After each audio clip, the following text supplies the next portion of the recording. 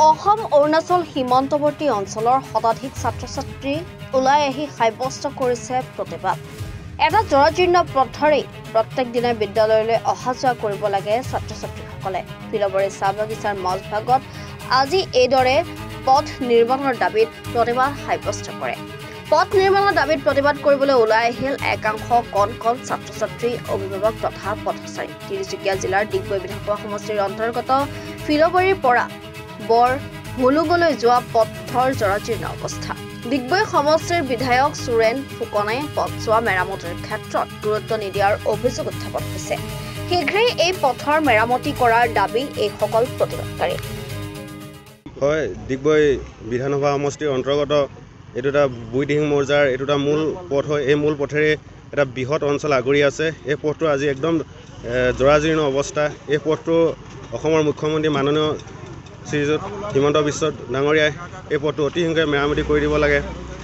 এই পথ বুলিয়ে নহয়, এইটো অঞ্চলত মেডিকেল ব্যৱস্থা একদম পিছপৰা, শিক্ষা ব্যৱস্থা একদম পিছপৰা। এই অঞ্চল অতি শীঘ্ৰে উন্নয়ন কৰি দিব লাগে। যদি নকৰে অনাগত ২৬ চনত আমি ভোট বৰ্জনৰ নিচিনা এটা বৃহৎ কাৰ্যসূচী হাতত ল'বলৈ বাধ্য হ'ম। ধন্যবাদ। মই ডিগবৈ সমষ্টিৰ বিধায়ক এজন অকমান্য বিধায়ক বুলি ক'ব লাগিব। তেওঁ আজিলৈকে মূল পথটো একেবাৰে গুৰুত্ব নিদিয়ে। সি কেৱল ডিগবৈ সমষ্টিৰ বিধায়কজনে অকল হিতাধিকাৰী সৃষ্টি কৰাৰ বিপৰীতে একো আজিলৈকে সৃষ্টি কৰা আমাৰ চকুত পৰিলক্ষিত নহ'ল।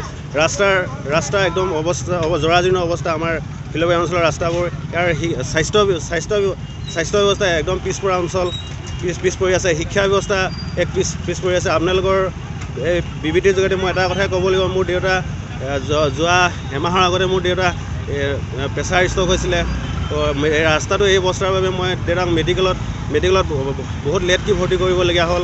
দেউতা ইতিমধ্যে মৃত্যুমুখত পৰিলে। যদি ৰাস্তাটো ভাল হ'লে মোৰ দেউতা আজি সুস্থ হৈ ঘূৰি আহিলেহেঁতেন। গতিকে মই হিমন্ত বিশ্ব শৰ্মাক অতি শীঘ্ৰে এই ৰাস্তাটো মেৰামতি কৰিবলৈ অনুৰোধ জনাইছোঁ। আৰু ২০২৬ চনৰ ভিতৰত যদি এই ৰাস্তাটো সম্পূৰ্ণৰূপে মেৰামতি কৰি নিদিয়ে তেনেহ'লে আমি ভোট বৰ্জন কাৰ্যসূচী হাতত ল'বলৈ বাধ্য হ'ম। ধন্যবাদ।